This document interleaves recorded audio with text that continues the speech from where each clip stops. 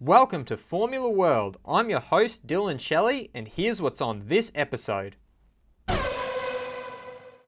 First up on Formula World, Kimi has reached the end of the road. Kimi Raikkonen is one of the veterans of F1 and has a lot to show for his time in the sport. But recently, his form has brought into question whether or not he still belongs at the pinnacle of motorsport. F1 pundit Martin Brundle believes that despite his popularity and past performances, the Finnish driver has reached the end of the road. Ferrari have to be concerned about Kimi. I know he's one of the most popular drivers around, but after another mistake in qualifying, he finished nearly 30 seconds behind his teammate on Sunday. What are they going to do? In my view, Kimi has reached the end of the road. He still shows a flash of real speed from time to time, but he can't relentlessly deliver the required pace anymore. Nor is he working as an effective rear gunner to Seb. Winning the Constructors' Championship is super important to Ferrari, and if they want to win it in this era against Red Bull or Mercedes, they need a Ricciardo or a Leclerc alongside Vettel next year, and Vettel needs to deal with that. Mercedes can't take anything for granted. Many people predicted Mercedes to go to Canada and dominate, but this turned out to be far from the reality. And Mercedes boss Toto Wolff believes that the championship battle is so close that winning will come down to the small things. There's not really a pattern. Before, on some tracks we were dominant and on others we struggled, but somehow this year the margins have become so tight, and if we look at the fastest lap of the race, it is 5 cars within a tenth of a second.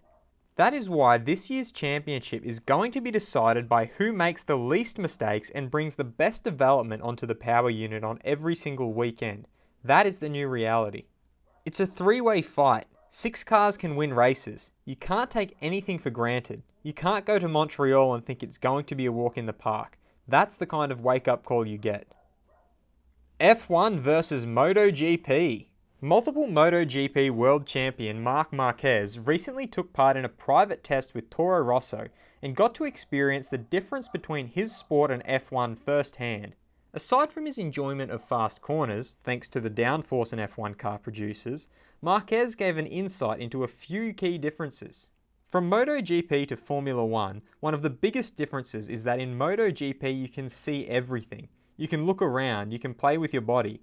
With Formula 1 you are like inside a box and you see only 2 wheels, and it is difficult because we are used to riding a different way. The most difficult thing with a Formula 1 car is the braking. I already checked in the simulator, and understanding how to brake is the most difficult thing. With motorbikes, always we brake, and we stay there with the brake. With Formula 1, it is completely different. You need to brake so hard in the beginning when you have the downforce with the high speed. Toro Rosso 100% support Hartley. Brendan Hartley is another driver under pressure at the moment, but Toro Rosso team manager Graham Watson has backed the Kiwi and says that they all want to see him do well, but admitted that the decision of who drives for them is ultimately not theirs. We want him to be successful. As a Toro Rosso team, we are 100% behind Brendan.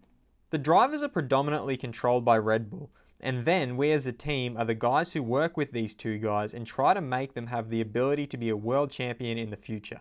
We don't have the actual control of what happens with our drivers in Toro Rosso. Lamborghini praises F1. Former Ferrari F1 team boss, now Lamborghini CEO, Stefano Domenicali, has come out recently singing praise over the current direction of F1 and believes that the future of the sport is in good hands with the team's new owners.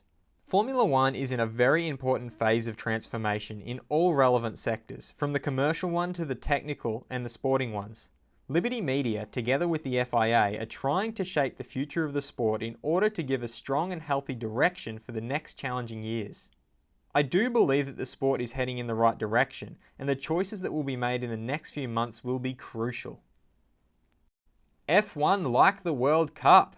Following the Canadian Grand Prix, many people have come out complaining that F1 has become boring, but Sebastian Vettel was quick to rebut those claims with an analogy between F1 and the FIFA World Cup.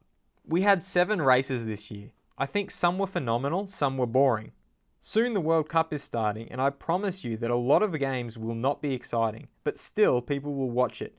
But some games will be incredible, and that's what we always look forward to, but it just can't always continue to go up and get better.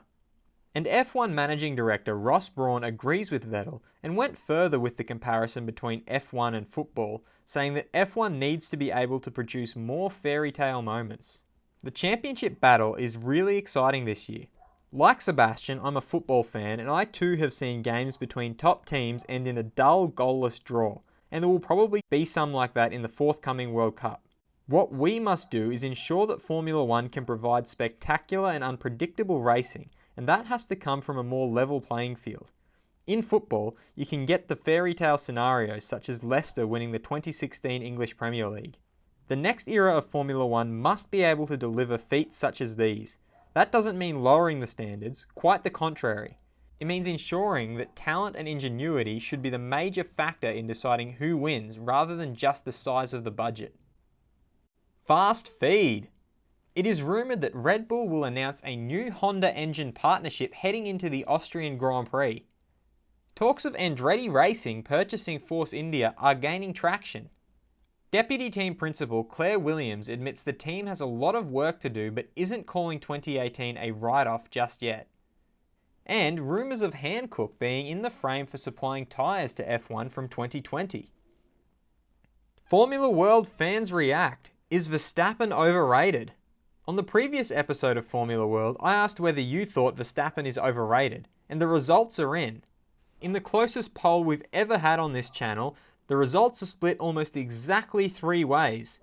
However, a very slight margin of 34% of you say that yes, Verstappen is definitely overrated, while an equal amount on 33% apiece say that no, he's the real deal, or it's too early to tell. Is Kimi done? Be sure to vote in the poll in the top right corner of this video and let me know what you think in the comments. And if you like this video, feel free to subscribe and check out my other videos for all the latest in the world of Formula One.